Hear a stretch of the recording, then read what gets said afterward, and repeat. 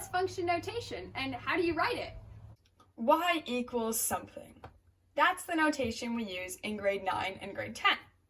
In grade 11, we use function notation. And instead of saying y equals an equation, you say f of x equals an equation. And the equation itself doesn't change because f of x represents the output, or the y value, just like the letter y did, and x still represents whatever you input. So let's try an example. If I was to input 2, f of 2, that would mean I would input, instead of writing x, I would write 2. So 2 times 2 is 4, plus 3 is 7, so f of 2 equals 7.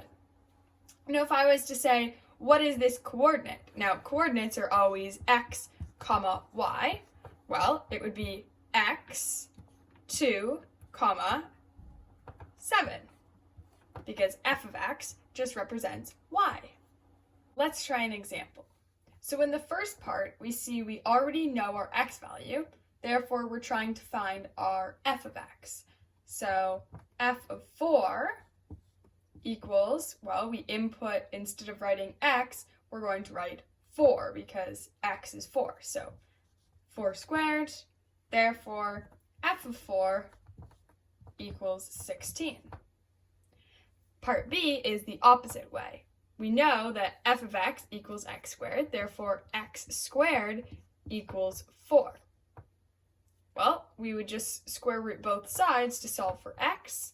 That would mean x equals root 4, which means x can equal positive or minus or negative 2. Let's try a more difficult example. So this time, let's find f of g of x. So a function of a function. The principle is actually the same. So I'm going to write out 1 over, and instead of writing x, I'm going to write g of x, 1 over g of x. Now I could start by writing the letters g bracket x bracket, or I could just go ahead and skip that step and put 1 over x cubed, because that's g of x. Now I know this looks a little complicated, but if I'm dividing, I can multiply by the reciprocal.